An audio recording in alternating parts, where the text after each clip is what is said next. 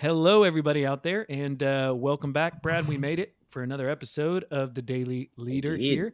I am Taylor Jessup over here, and Brad McDonald, as we co host the show, are super excited for today. So, before we jump in, any of you that are interested in podcasting, you see myself and Brad, and you go, can't be that hard. That's probably true. We have some wonderful people to connect you with. You can find all their information in our show notes.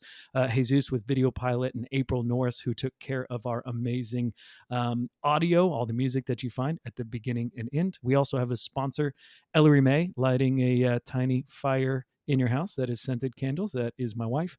Thank you so much for that. But we are just excited for another episode of the Daily Leader here. So if you are a Daily Leader groupie, you've got the t-shirt, you got the tattoo, because we know they're out there. We'd really enjoy it if you'd like or subscribe to this channel. It really helps support us. So with that being said, Brad, that's enough of me blabbering and introing.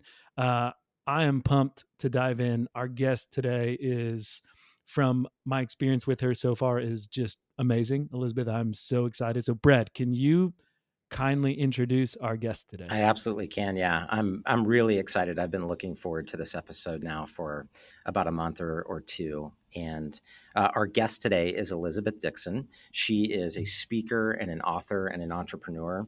I've got both of her books here. The Power of Customer Experience, as well as the one that we're going to spend a lot of time talking about today, which is The Strength of Purpose, a guide to knowing and living your reason for being. So such a powerful idea, and a book that I think Taylor and I have just been spending a lot of time talking about and reflecting on. Loving. Yeah, it's great. And I've even been able to share even some LinkedIn posts and things like that have really just helped connect some dots for me through reading this book. And so we're excited to get to interview Elizabeth about this today. Elizabeth and I have known each other for a long time, not as well as I would have liked to have gotten to know her and her husband, John, but we met when we were working together in different areas of Chick-fil-A, and just really enjoy, Elizabeth, your passion for wellness and health, for developing leaders, for helping leaders connect to their team members, connect to their customers, to create engaging and thoughtful customer experience, to have a strong sense of purpose. And I love how that comes through in the many different things that you're involved in this season of life. And so I really feel like you have built your career around serving others. And in this season, to see you express that with such clarity and strength in the Strength of Purpose has been really awesome. So today it's a joy and an honor for us to get to spend some time with you. And in light of that, Taylor, I mean, really kick us off here with some of our first questions, and let's spend some time getting to know Elizabeth with our listeners. Yeah.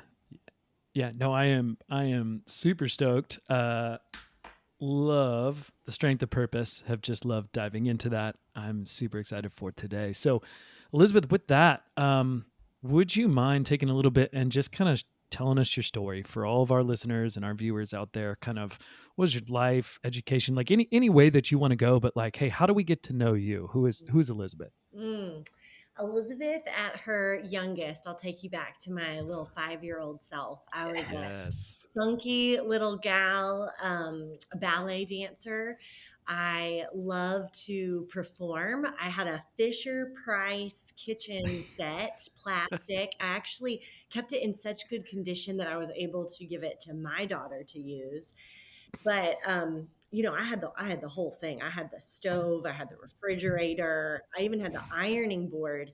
And I used to take the ironing board, and I had this little pink New Testament Bible, and I would stand behind the ironing board, and I wouldn't iron with it. I would like hit it like I was preaching as a tiny little 5 and 6-year-old. I was very, very spunky little gal. I went to private school for the first few years of school. I have 2 older brothers that are both amazing. One's 3 years older and one's 7 years older. And I admire them deeply. And I was the lucky one that got pulled out of school and was homeschooled. So my social career really took off at that point. And I got really cool.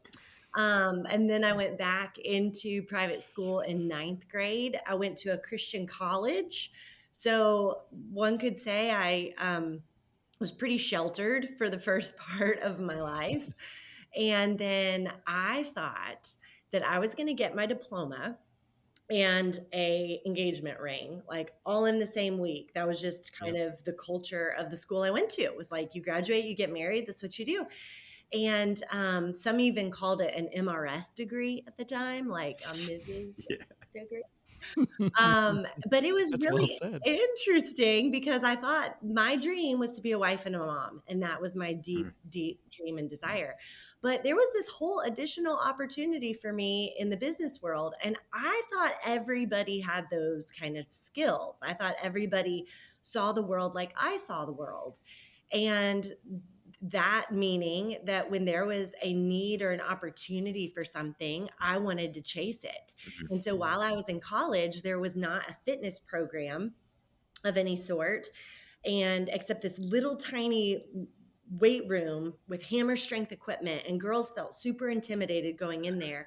And I thought, we're fighting the freshman 15 and the sophomore 20. This is problematic. Like, we got to keep ourselves in shape, but we don't really have a place to do it. So there was a wrestling room and we had no wrestling team. And so I went to our student government president. His name was Clark. And I said, Clark, can I use that room? I'm going to teach myself how to kickbox. At the time, Billy Blanks was popular, and they had those VHS tapes. Yes. You like put in the TV VCR combo. That's right. Those cool combos. So I taught myself how to kick and punch. And I started doing classes on my hall. We ran out of room. So suddenly we found ourselves in the wrestling room with 100 girls kicking and punching each other. Not each other, the air, actually. We fought the air. And it ended up that the school loved it and they wanted to like buy it. It was a business. I charged 50 cents a class, and it was cheaper than a Coke, but it wasn't free. That was my pricing strategy at the time. That is a great Sounds like my coaching. That's my coaching. Yeah.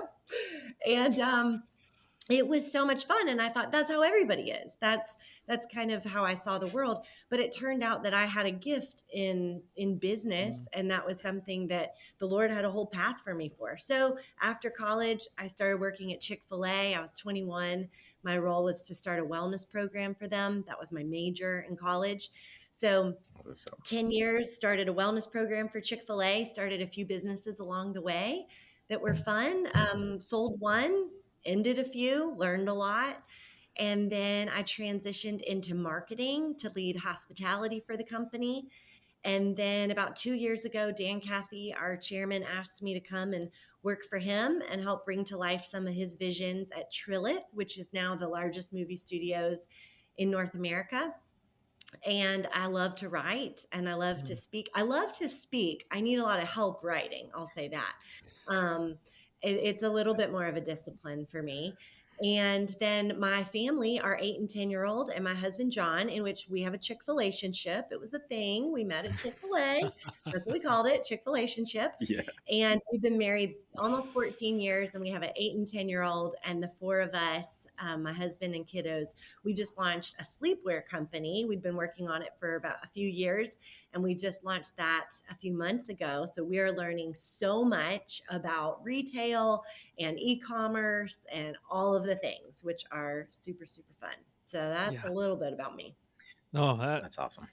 Well done. Well done. You are a very good and gifted speaker. That is clear and evident from our, time together here. And you are also a very good writer, even if it takes, a little bit more on that side. So you've done very well. I think that gives a really good recap there for our listeners out there. Thank you for sharing all of that. Yeah.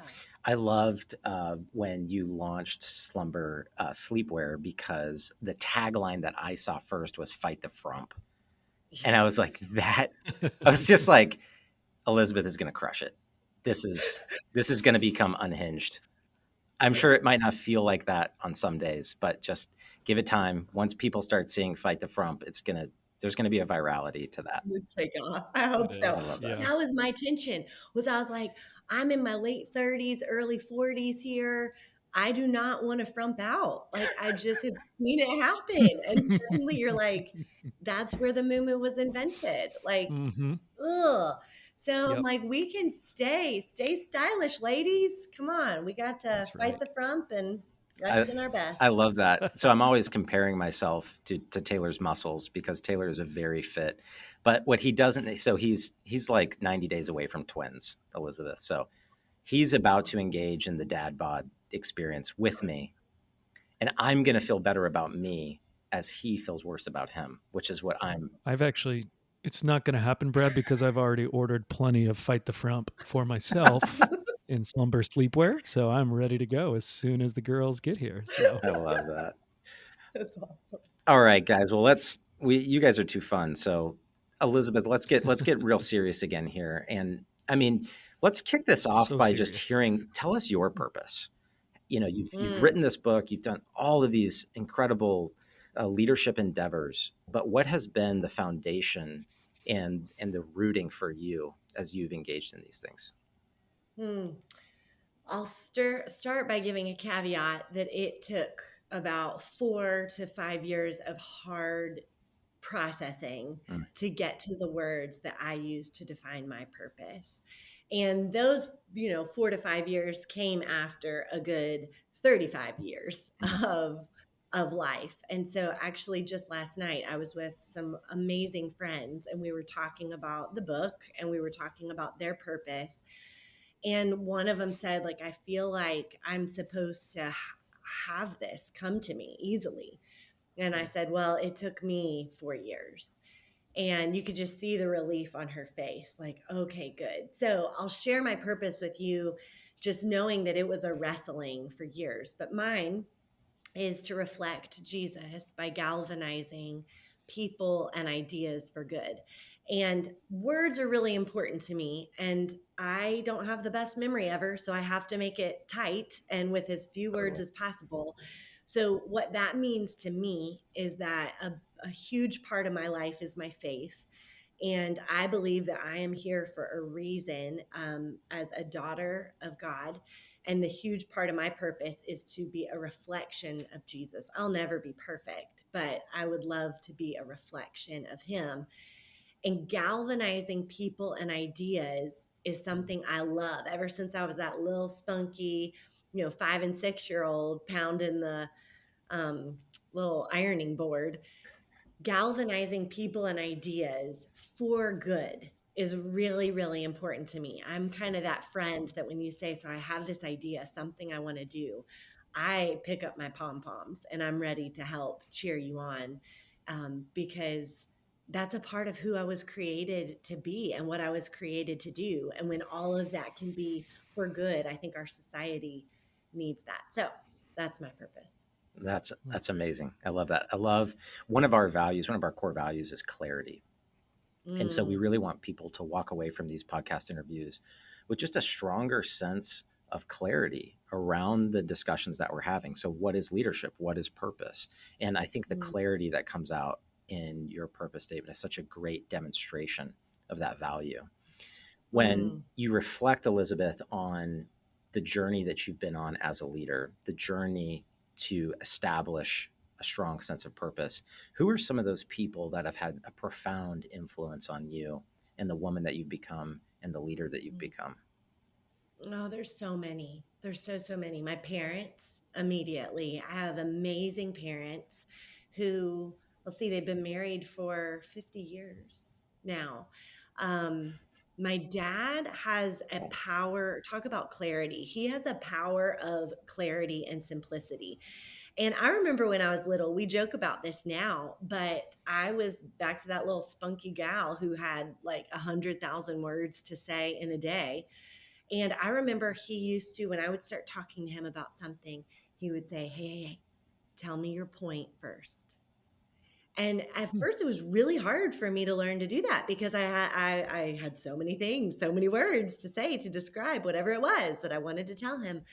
But he taught me the power and importance of figuring out in my mind, what is my point?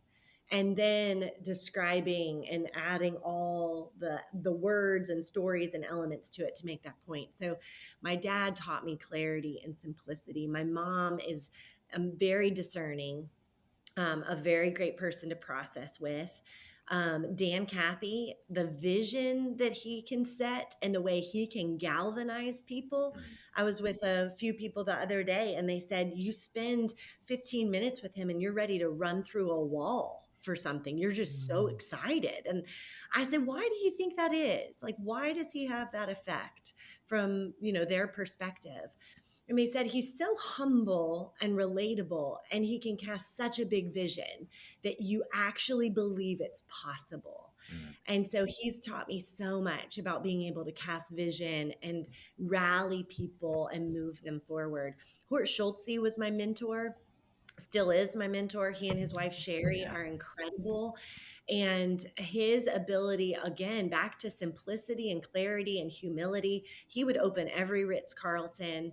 And we were in Dallas one time on a group trip, and there were multiple people that would come up to him as he walked through a hotel, recognized who he was. And they didn't come up and say, like, you created the best hotel, or can you sign this napkin or something? Give me an autograph. No, they came up to him and they said, I worked for you at Hyatt from, 1979 to 1980, whatever. And they'd share the years that they worked for him. You impacted my life. And I thought, wow, the founder of an organization, when they have that much impact on the people within their organization, there's something really big to lean into and listen. And then there's a couple I was just with on Wednesday night that we met 14 years ago. They were great friends of Truett Cathy. My husband, John, was Truett's assistant for 7 years. And so Steve and Elaine Franklin, Steve can inspire you to dream big dreams. And Elaine has taught me so much about class and grace and words. And she's just one of the most lovely people that you'll meet. And together they are a powerhouse couple. And one other person that comes to mind, there's a woman named Diana. And her son was in my grade in high school, and he played basketball. And I remember her being at all of his games. And I don't know, in high school, sometimes you don't really know who your friends' parents are or what they do. And later come to find out she was the vice president of PR and HR for Disney World. And I found myself as a working mom, and I didn't ever dream that for myself. Because remember, I thought I was going to get my diploma and get married and, have kids, and there's that. And suddenly I found myself balancing this passion and love for my family and this gift in business. And how was I going to do both? And she's become a huge mentor to me around intention and priorities, and how to be both mom and wife and contribute in the business world in a meaningful way. That's so good. You have like a powerhouse of people, I feel like, that have poured into you, which is evident by by what's overflowing and coming out of your life. Like, that's really neat to see that, like, hey, you've got all these wonderful people that have poured in. Like, I wrote that down. I think that was so cool. Your dad saying, hey, tell me your point first. How much clarity you can get for everybody listening if they might ask that. And yes, some people may be like me, I verbal vomit process all at the same time, and my wife's like, whoa, what's going on? So, and there are those moments, right? But man, I heard that line and just story after story of people pouring into you, and it's really evident. I hope for our listeners out there too, when you hear that, if you're going, hey, I don't have all those people, like, go start looking, like, start looking. Ask coffee, because Right. every one of those relationships, there was a pursuit on my part, and they all chose to say yes. Yeah. And that's a gift when you pursue someone and you see, I have a lot I can learn from you. It can be a gift to both people, but it's definitely a gift when they choose to say yes, and you can glean so much wisdom. Yeah. That cup of coffee can start a cascading effect that has exponential, right? Yes. Impact on your life. Yes. So that is amazing. I love that. Thank you for sharing all that. I'm going through your book, and I love talking about the idea of purpose. If you've spent any time around me, these are the conversations that I love to have. Like, that's just man, let's unpack that a little bit. So one of the things that I was really curious about here was you talk a lot about how essential, like the foundation that purpose is, right? That it really is that foundation that we start on. And not all of us, in fact, probably most of us are not like, Viktor Frankl, who you talk about in the book, right? Who I think it was 13 or junior high or something, knows he's like, hey, I got my purpose down. I'm like, for me in junior high, my purpose was like to survive the day and find a girlfriend and, maybe make the sports thing. I don't know, play some video games. I don't know what it was. So dude's way ahead, right? But I think I think that there's a lot of people that would agree with the foundation of purpose being so important. So what I'd love to know from your perspective is like, hey, why is it that more people haven't really found and maybe lived into their purpose? So I'm curious because of y'all's expertise in this topic too. I want to flip the question back on you, but I'll give you my thoughts and my theory. I think two things. It's uncomfortable because we have to ask very reflective questions, and it causes us to take a different perspective on our life. I think we have to face the reality that our days are finite here on earth.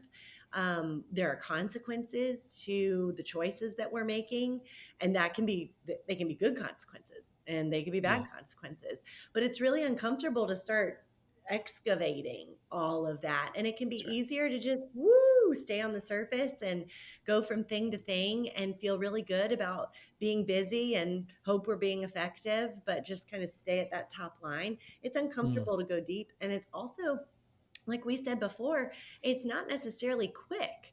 I think so much in our culture, we can be such an instant gratification culture that when things take a while, we can think something's wrong or we're wrong, or it kind of spins us back into the discomfort and we give up. So I'd say it's uncomfortable and it's not quick. But what do you guys think? Yeah, I think that's really well said. I think I'll speak from my own perspective in my life is and you said it, doing the work is hard and it's scary. The work to kind of like unpack my life.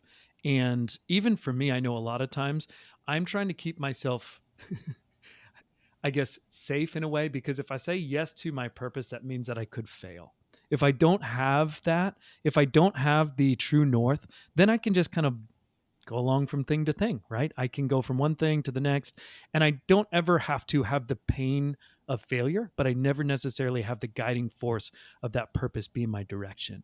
So I kind of live a lot in the middle. And so for me, I think I shared a little bit before, we're probably 8 coming up on 10-year journey right now of continuing to kind of unpack that purpose and going deep into, gifts. What is all that like? What is my unique set of wounding? Like there's so many things that go into that. But it is hard and heavy. And for me, I don't know, I've experienced that it can be scary. Like that keeps me back a lot too, because if I say, yes, this is my purpose and this is the direction, then sometimes I get afraid because I'm like, well, what happens if I don't live into that? Like, what happens if I don't live up to it?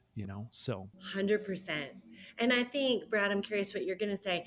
I think too, like when we apply that in an entrepreneurial kind of setting, like if I'm going to go for this, I'm going to start this podcast, I'm going to start this business, we are exposing ourselves for the chance to fail. Like it might not work. We might have to shut it down. We might invest this money and then we don't actually make that money back. In our family, we call that getting your master's degree in the topic. I'd be like, Dad, I did this. He's like, you just got your master's degree in it. You didn't lose money. You just got your master's degree. I'm like, I have a lot of master's degrees. But we expose ourselves to that potential failure. But if we don't even do it, we're guaranteed to fail. That's right. Yeah. And I think that you're exactly right. Being able to go, yes, I am taking this on as putting words to something. Will I measure up to it? But it's like, if we don't even put words to it, then there's probably very little chance that we'll be able to measure up to it. Yeah. Yeah. The comfort of staying here, right? That's what I wrestle with. It's the comfort of staying here. Like, can I risk the pain of moving forward, even if the end result could be, exponentially greater, as opposed to the comfort of staying here? And in our culture, it is microwave culture of like, man, that does sound like it's going to be a lot of work. It does seem like it's going to be a lot of time, and with, social media, Instagram, I feel like I see all these overnight success stories. And I heard once, right behind every overnight success story is thousands upon thousands of hours of work. Yes. That's the tension for me, at least, is like, okay, can I leave the comfort of staying here and go a little bit deeper so that I can find that purpose, which is my fuel, which is the foundation to go forward. But it's scary and hard. So Brad, just chime in. Yeah, absolutely. Really briefly, for me, it was a crisis in my life. It was a health crisis.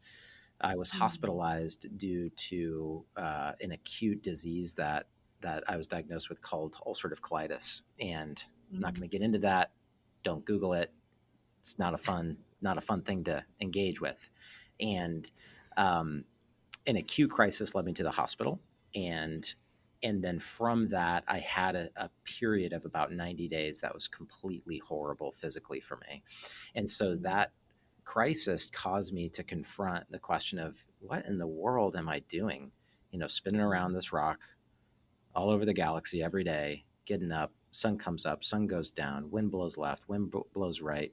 Just like the words of, the author of Ecclesiastes, the oldest work of psychology that most of us have ever been exposed to.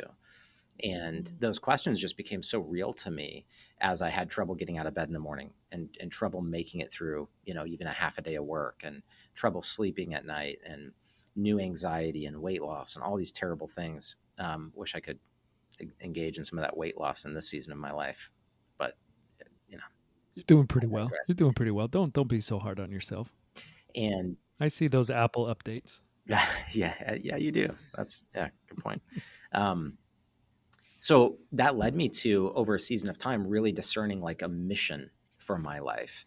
And that mission became to develop leaders. And the more that I got clarity on kind of what am I doing every day, I could lay down at night and I could say, did I develop leaders? And when the answer was yes, I knew I did a good thing, But that didn't get me to the answer of why. Okay, well, why am I developing leaders? And so over another period of time, I was able to establish this life purpose statement, which is to perpetually bear the fruit of God's love. And so that became, for me and my wife and my children, we sort of share that purpose statement now as a family. And that gives us a really strong sense of why. I think you speak to that a lot in the book, that foundation that we have together to say, okay, why are we doing this family thing? Why are we going to work every day? Why does daddy leave all day and come back? Why does mommy have to pull away from meetings sometimes? Well, it's because we have a reason why we're doing this leadership development thing.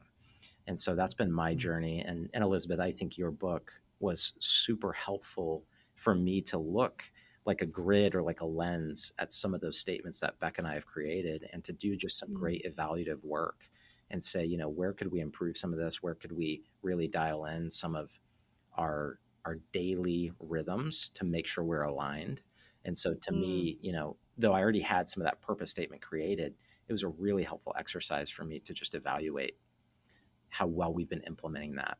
So that's so good. It was a crisis for me, though, just to get back to the original answer. It was a crisis for me that brought me to that place. And I think when some of us don't have the gift of a crisis, we struggle to feel the need for purpose in the way that we do in those really hard moments of life. Yes, because what do you think? What is in that crisis that kind of snaps your attention? There's unknown, there's fear. And that fear, I think, just drives us to anything we can anchor ourselves to and trust and rely upon. And I think a strong sense of purpose gives us that. Yeah, that's an interesting question, because mine was crisis too. Excuse me, sorry. Mine was like, hey, I felt I went through a divorce and had all kinds of different things going on, and I was starting to ask myself, like, what the heck is, like, what is really going on, right? Like, it was a rock bottom wake up call that was kind of the catalyst for, like, okay, if I'm here, if I'm at this spot, then like what am I doing? Like, How did I get here? And where do I actually want to go? Yes. And get off of autopilot, right? Get off of the autopilot and get onto like, okay, what does it look like to start taking back the wheel into my hands, and flying this plane? I don't know if planes have wheels. It may be more of like, I don't know what they call it, but and try and figure out like, hey, okay, where do I really want to go? Like, what is Taylor uniquely made for? I that's what I hope for our listeners, like as they, and hopefully they read your book. I really do really, really, like Brad and I both love this, like trying to figure out what are you uniquely made, like what is your purpose, and live into that, because there's so much more life in that, than the way I used to live, and I'm still trying to figure it out. But yeah, those rock bottom moments, I feel like can be, I hope that people, can be like Victor and be 13, right, and figure it out. Be awesome. Wouldn't that be great? Like if we just spent a year like at age 12 or 13, not that kids need to have this figured out by any means. I'm 36. I don't have jack squat figured out. But like, hey, if we just help them at least have the foundation for figuring out their life for a year, like, hey, take a break maybe from education. Our education people are going to yell at me here, and like, let's talk about purpose and the purpose that drives your education. That might be a really interesting pivot. So powerful. Could be. Yeah, I don't know. Who knows? So, all right, speaking of pivots, I'm going to pivot just a tiny bit here, and I want to try and bring some clarity to, we always ask everybody that comes on the show, we always ask this question. So I'm super curious to your perspective. So from your perspective, Elizabeth, what is leadership? So I spent a lot of time also wrestling on a definition for myself, and this isn't a definition for anybody but me, honestly. I had to figure out what is the leader that I want to be, because I'd had so many different types of leadership styles modeled for me. And so the definition that I came to for myself is that a leader is a safe guide that inspires. Wow. And those three words were important to me because I had been under leadership that was safe, and I'd been under leadership that was not safe, and it was toxic. And so for me, creating safety starts with myself, creating that emotional safety for myself, and then extending that to others to be able to be who they are and be in the season that they're in, and being able to find safety and care in that. I think a leader is a guide. A leader isn't I'm going to tell you exactly what to do, but I'm going to walk alongside you. And I've been on this path before. I've done a decent amount of hiking in my life. And every time that I've been hiking, the guide has done the trail before me. I've never been on a trail. They're like, I have absolutely no idea where we're going. And they're like, no, like I've done this. I know this. I know every rock and turn and twist and tree. And so a leader has to have gone before. So all of those crises and the hard times and the getting your master's degree in at moments, that's part of being a guide. And I think a great leader inspires people. It inspires them to be excellent, inspires them to be their best. Doesn't inspire them to be, like that person necessarily, but to be the very best that they were created to be. So that's what I think about when I think of a leader. That's so good. Can you connect for us, Elizabeth, the strength of purpose and that principle of leadership? Why is it essential for leaders specifically to have a strong sense of purpose, not only for themselves, and I love that part of the book where you use the example of the executives who didn't have a way to articulate their purpose.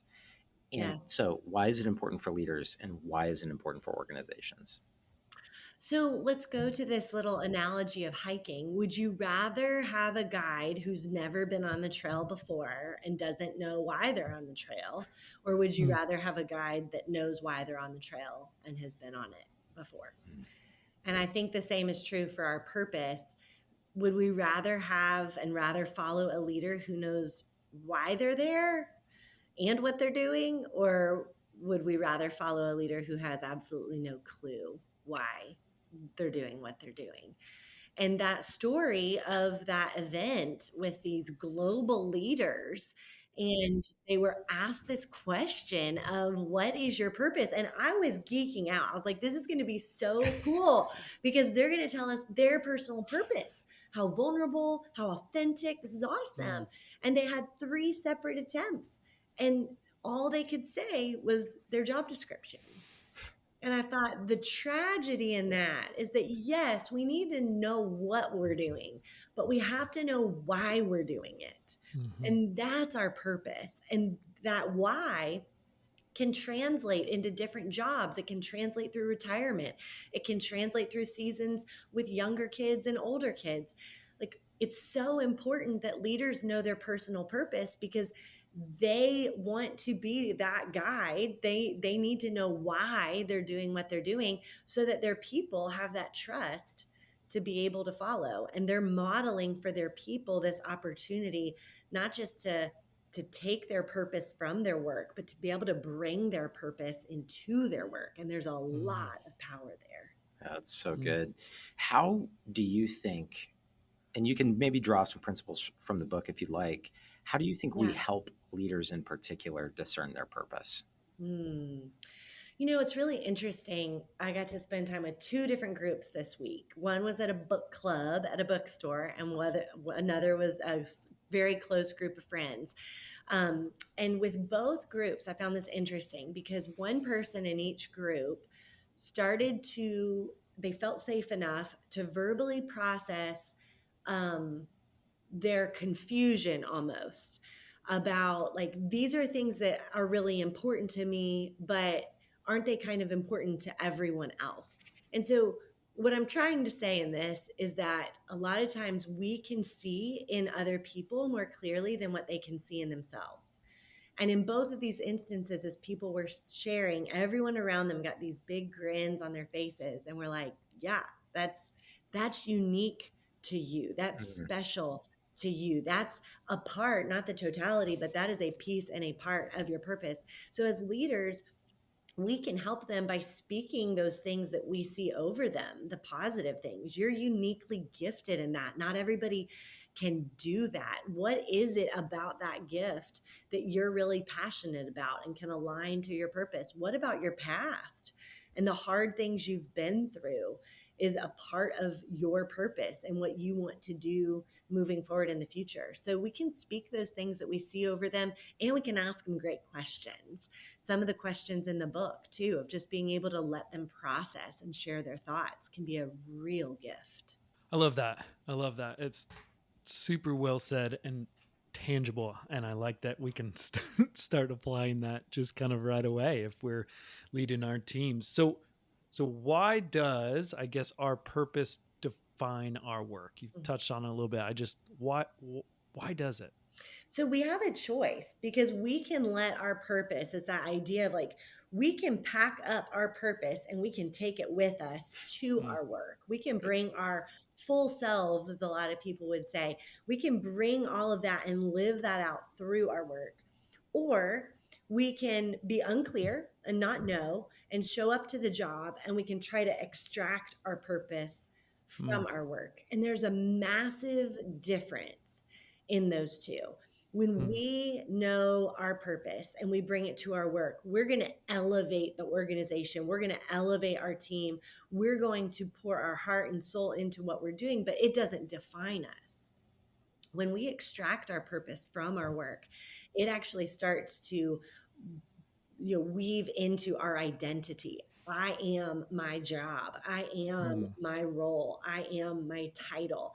And when those things get stripped and taken, or they change, it can feel so shocking, and it can rock our whole foundation. So some of us, we might be in that season where we're like, I actually have gotten to this place where I really have, my identity is in my job. The best thing we can do is pull back and say, okay, let me identify what is my true purpose, and how can that span way outside the season I'm in, the job I'm in, the stage of life I'm in. And then let me choose to bring that into my work and not instead extract my purpose from my work. Yeah.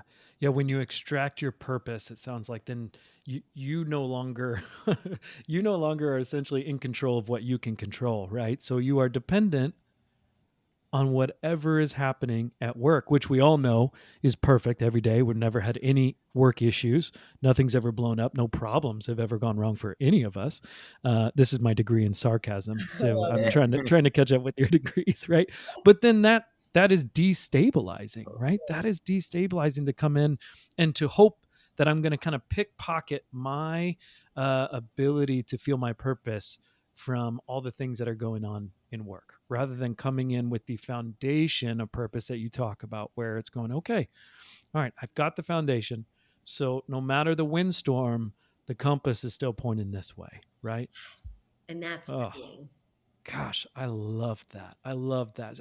How do we even take that? I mean, like, one of the things that talk about a little bit there is like, hey, how do we align our purpose with our paycheck? Like, how does that happen? Like, I know for me that's, always something that, like, hey, maybe I'm not in the right spot that I want to be. We've kind of talked about seasons, but what does that look like, aligning our purpose with our paycheck? And, like, how have you been able to achieve that, right? Because you've had multiple, like, you've done a lot of different things, so just curious there. Yeah. So when we have that clarity, I think it gives us of our purpose, it gives us a great filter to decide where we're going to choose to spend our time at work, Mm, in social settings, in the community, our family. So specifically with work, it gives us that filter to go, is this the right company for me? Do I align with their purpose, and how does it connect with mine? And the whole thought of aligning our purpose with our paycheck is like, what better is there to be able to fully live out of our purpose for a mm, company and in a role that we can get paid for? Because sure. then we're getting to fully, maximize our day and our time.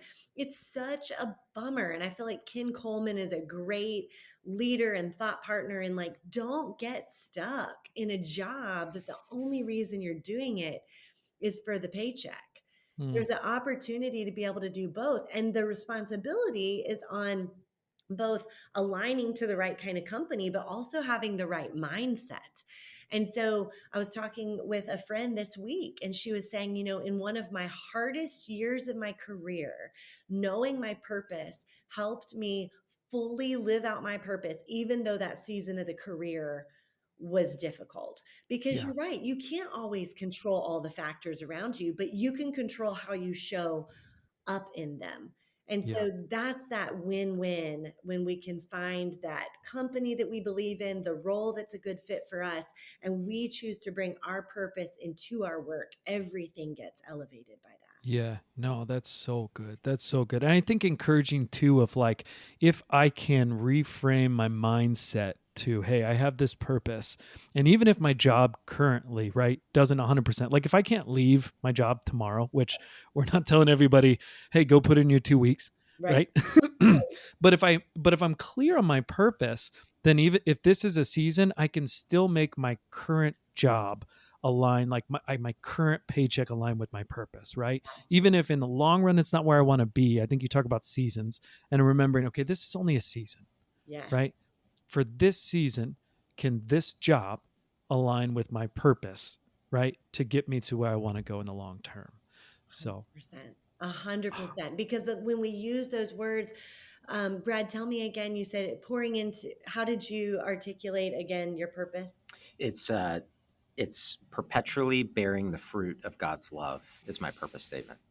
Yes, there are so many job descriptions that can attach to that. There are mm, seasons, winter seasons, when the fruit is not falling off the limbs that are challenging, but that growth is happening in those yeah. seasons where you can live that out and perpetually be bearing that fruit. And sometimes it's actually in those hardest seasons that we can live our purpose out the loudest, because people are going, Mm, there's every reason that you should be angry about that and fighting that and resistant to that. But yet you're choosing to keep walking forward in this hard season. And you're like, yeah, because my purpose is to perpetually bear the fruit. So yeah. that's what I'm in control of. I'm going to bear the fruit. I can't control this leader, or I can't control this season in the job. So I'm just going to control what I can control. People notice that, and people are inspired by people who make great use of really hard seasons. Yeah. So good. No, that's Great that's reminder. great. Like I just thinking about that, like it says more about a person to follow their purpose when it's hard than it does when it's easy, right? I 100%. think even if if you go through and you read the Bible and I think it's Matthew 6 where Jesus is like, "Hey, what credit is it of you to love those who love you?" Like everybody can do that. Yes. Everybody can live in their purpose when the cash is coming in, Yes. when things are going well, when the clients are signing up, when all those kind of things. But like, hey, it says a lot more about you and your character and your heart to hold on in those hard seasons. And I think that purpose kind of gives you that anchor to go, okay, just keep, the little engine that could. Like, I think I can. I think I can. And that is inspiring, right? Those are the stories that we love. We aren't attracted. Like, I don't sit down and watch a Netflix series where I'm like, it starts off, at the end and everybody's won already. Yes. Like, that's not a good story. There's no story there. That's how I want to feel, but there's not a good story there. The story that people are inspired in is like, man, that person clung to their purpose when everything was going against them, right? 100%. And there's so much more richness in becoming than in arriving. Like Yeah. so many times when you Yes. get to seasons in your life where you're like, oh, I just can't wait till this happens, or this is Right. my life. And you kind of get there and you're like, is this it? Like Yeah. this is it. It's the Yeah. process, but it's hard sometimes to be grateful for the process because you're like, Totally. this is hard and I'm being refined and I don't have all the answers. But Yeah. to your point, like that is such a rich season to get to fully live out your purpose and be that positive example of becoming and not It just is. focusing on arriving. Yeah, it's so hard because I always want to be the person that's at the mountaintop. Like when I think about it, I'm like, man, I want to be on top of the mountain. I always said like, hey, I want to be a person. I've never run a marathon, but that ran a marathon. But I don't necessarily want to put in the work always to get there. I just want to end up at the finish line. Right. That's really what I want. I want the job at the end of the day. I want all those kind of things.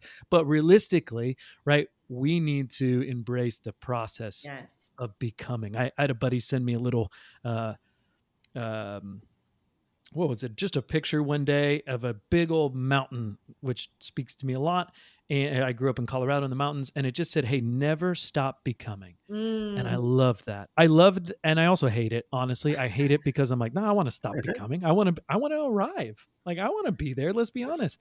Everybody kind of wants to be there. But I think those that learn to embrace that journey, yes. right, are the ones that we're attracted to that go, hey, why is that person still pushing through? Yes. Why are they doing what they're doing? So, Elizabeth, how can we be encouraged, or like when we are in those seasons when we feel stuck, what can we do?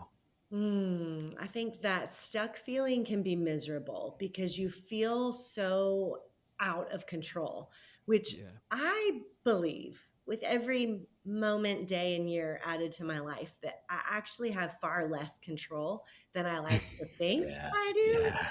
And it's just in some of those seasons when I'm like, oh, wow, I really don't have control. I just have Yeah. perceived control of Yep. things. But when we truly feel stuck, one of the biggest things I think we can do is evaluate our mindset Mm, and go, okay, one of my friends, Jen Bowie, who's an incredible coach and counselor, has said the most powerful story that we will ever hear is the story that we tell ourselves about ourselves. That's right. And that mindset, that self talk, the narrative that's going on in our head, a lot of times when we feel stuck, a lot of those old voices will come back out. The ones that said, we never believed in you yeah. anyway. You're not worth it. There's no chance you can do that. Look at your track record of failures. And it's like this movie trailer of all of the worst moments of life, but to go, whoa, no, let me evaluate what is the mindset that I need to have to be able to move forward. Call on those mentors to say, what are the things that I need to be telling myself about myself that are going to help me move forward? Like literally being stuck, you got to get someone that comes up and, I don't know all the things that my husband does when he helps someone, but just a few weeks ago, he helped pull a truck out of the mud and he had to tie the rope to the thingamajigger and pull the thing out. You got to get someone who's going to help pull you out. And Yeah. so who Yeah. are those people? What are the stories we're telling ourselves?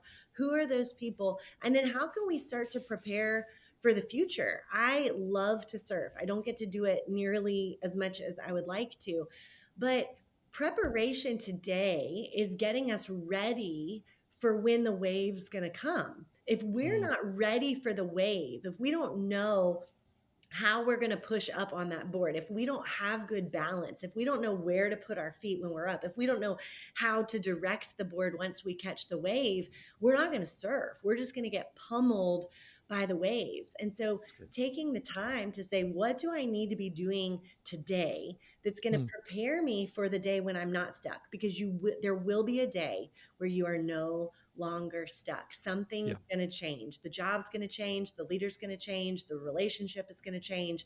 Something is going to change. So when that day comes and that wave is coming, you want to have the confidence that you go, I know exactly how to push up. I know exactly how I'm going to put my feet, and I know exactly how I'm going to direct this board, because you want to ultimately catch that wave. So mindset, mentors, and preparation can help us for when that moment comes to be able to be unstuck. I love the clarity in that, partially because when I get stuck, I'm in a fog. Yes. Oh yeah. So when I get stuck, and Brad knows, because he hears my whiny phone calls where I'm trying not to cry, and where, hey man, this is just, everything is hard, and like, not to make too much light of it, but everything. So to be able to get like a mentor around you, right? To be able to get clear on what we're thinking, to have a game plan, right?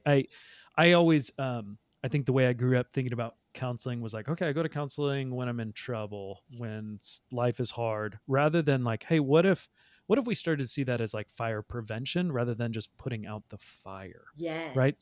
So then we've done the work, because it is hard. And I think Brad would probably agree, man, my darkest demons come out when I start to feel stuck. And you are exactly right. All of those lies that I believe to be somehow true in my head, things that I'm scared of, things that I don't want people to know, that I am an imposter, that I'm insecure, that I like, all those things that I think in those moments when it gets tough, those tapes, those start playing over and over and over. And so to have a game plan together to go, okay, no, I need truth right now. I need to remember that these lies that feel really real are not what is actually true. Actually, if you look at my record, like, there are losses, that is true, and there's plenty of wins, right? There's the opposite side, and people like, I don't like to give Brad too much affirmation, but he's one of my go-to people in terms of like, just this week when I'm feeling down and depressed, hey, I can hop on the phone and I can talk to Brad, and Brad can remind me of some of my wins. And I can tell myself my wins, but it is different when I hear my wins from somebody else and they go, hey, remember that you're good at this. So I thank you for bringing clarity to those times for me that are like, I'm caught in a fog, I'm stuck, I don't know where to do, I just want to catch the wave and get out of here. And okay, cool, I've got a game plan for this. So 100%. And also, that everything you just said about when that tape starts coming, there is this natural instinct to go deeper in isolation with that. Yeah. What you just said of choosing to bring that into space and light and existence, to say, this is what I'm thinking to Brad, people we trust, it takes the power out of it, because even sometimes saying it out loud, we're like, that's mostly ridiculous. Like, that's 100% how I'm feeling, but there is such little truth in it. And when we can remove the power from it and have those other people that we trust in our life speak the truth over us, it pulls us out of the mud and it keeps us moving forward. And I also think we're in a culture where we can put a whole lot of pressure on ourselves and each other. And I'm not very good with how to say this guy's name. Giannis. It's anti. Ooh. And Antetokounmpo. Yeah, thank you. Thank you. I mean, I watch tons of basketball and I still have a hard time pronouncing his name. So okay, if he and I were close, I'd have like a cool nickname for him or something, like Conte, like when GA. What's up, man? But the interview that that I saw, where he was asked about, like, did he feel like he had failed? And I loved it. Like, when he just goes, hold on. He's like, working towards a goal is not failure. And he brought up Michael Jordan playing for 15 years, winning 6 championships. So 9 years are failure? Mm-hmm. No, but we can live in a society where it's like the championship is the expectation. Like, no, sometimes it's showing up on the court. Yep. Many times it's showing up on the court and doing our very best, but sometimes it's just showing up on the court. And so making sure too that we have in our own mind what our expectations are. When we launched Slumber, I got a quiet expectation in my head that the success was selling out of product in 2 months. Yep.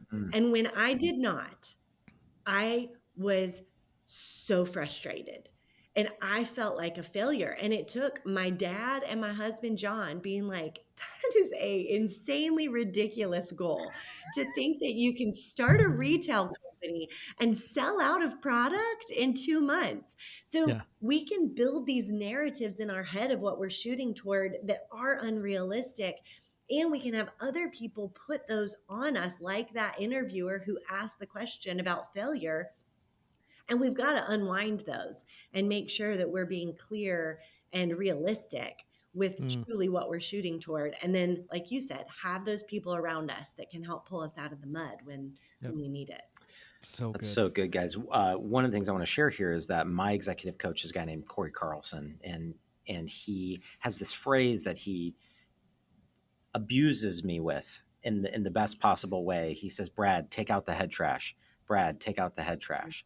And so we'll be on a call and I'll be kind of moping about, business is slow. And, I pitched a client and they said, no, they didn't like my pricing or they didn't like my program or what have you. And he's like, "Brad, take out the head trash." And one of the things that we find is that at least a 2-to-1 ratio of positive to negative self-talk is critical for us to not be maladaptive psychologically. So to stay healthy, we have to have at least 100% more positive thoughts and affirmations. And we say things internally to ourselves we would never dream of saying to other people in the exact same situation we find ourselves in. And so to me, I think I agree so much with what you guys are saying as it relates to having community. And that's another one of our core values at the Daily Leader, which we just always try to highlight. Community is critical for leaders if they want to remain healthy through these seasons of stuckness or seasons of fog where purpose seems to be eluding us. And so I so appreciate, Elizabeth, your insight there and the story that you shared of SlumberSleepwear. And I'm, for one, am grateful you didn't sell out, because then you'd have so many customers who are mad at you for selling out. But then you might, once I become a dad, you might sell out real fast. I know it's not necessarily targeted towards me, but it'd be a little more of a feminine cut for you. Yeah, that's okay. I'm okay with that. I'm all right with that. As long as I'm not looking frumpy, I'm going to be okay. Let's go. Elizabeth, as we kind of wrap up our conversation with you today, are there any other interesting challenges that you're facing, whether that's your work as an entrepreneur and the founder and CEO of SlumberSleepwear, where you're doing this direct-to-consumer product, your work at Trilla Foundation with Dan and your team there, and especially just as a speaker and an author who's putting out content and writing and just sort of sharing this message of purpose all around the US and digitally anywhere where there is the internet. Are there other challenges that you're facing or exciting things that you just want to give us some parting words of wisdom and encouragement on? I think it's building on everything we've just been saying, and something that came to my mind that my husband, John, talks a lot about. I didn't even mention him as one of the leaders that's impacted my life, but he is my best friend and the biggest voice of positive affirmation in my life. And he's in commercial real estate. And so the thought is inputs and outputs. A lot of times we can get so focused on just measuring the outputs, and it can be really discouraging. Like you were saying, Brad, and the client said no, and we get so fixated on the output. But I think in certain seasons, especially when you're starting something new, it's about measuring the inputs. Did I make the calls? And John says for 100 cold calls, if he gets 2 that lead to something, that is success. And I'm like, oh, when I'm thinking about SlumberSleepwear and I'm talking to this storefront about carrying it as a product in their store and they say no, I'm like, out, I'm out. Like that's Yeah. it. That's All it. rejection. I can Thanks. Yeah. Bye. Yeah. I'm out. I'm done. I'm done. Nobody needs sleepwear. And it's like, no, like you just have 99 more to go. And Yeah. so I think when we focus on, okay, I'm going to focus on the inputs. I'm going to focus on doing the work that I believe is going to lead to the best result. And then when we spend our time evaluating the outputs, not personalizing them, but evaluating them and go, okay, out of those 100 cold calls, how many of those led to something more? And being curious, like, I wonder, why was that? Like, what was it about those calls that led to more? What can I learn from that? But I think when we just measure and focus on the outputs instead of being curious about them and evaluating them, when we just measure those, it can really send us down a spiral and be super discouraging. And I think also just remembering everyone's still working hard towards something. Like, again, with Slumber, I'm like, am I the only one that's having to really learn and focus on advertising and marketing? And then I see these big brands who are posting ads too. And I'm like, oh, they're still out there getting customers too. So you have to start somewhere, and you're always growing and people are always trying. That's right. So don't discount yourself and give up and say one rejection and I'm done, because hey, you got 99 more ahead of you, and one of them, two of them are probably going to say yes. So keep going. I love it. Elizabeth, this has been so fun. Y'all are awesome. Yeah, you are a rock star. This has been Can great. you come back again next week? Please. Yeah, we'll just have you just week over week. I think that'd be fantastic. Great. Yeah, we're done actually having any other guests on the show. Now it's just the three of us. I don't know what we're always going to talk your about. podcast is going to start to decline after you make that choice. So you better continue having more guests than just me. I tend to doubt it, but yeah, no, it has been an absolute pleasure. Thank you for taking the time to meet with us. We really appreciate it. Brad, anything as we're wrapping up here? Yeah, guys, as always, Taylor and I are on a journey, and we're so grateful for those of you who took the time to listen to the episode today, to make it to the end. And so thank you, as always. We would love for you to take a moment to subscribe if you're not subscribing, and to share this episode with someone who needs to better understand the importance of purpose in their lives. And then take the time to comment and share some of your thoughts about purpose. Take the time to comment and thank Elizabeth for being on the show today. And we look forward to being with you guys again next Tuesday on the Daily Leader Podcast.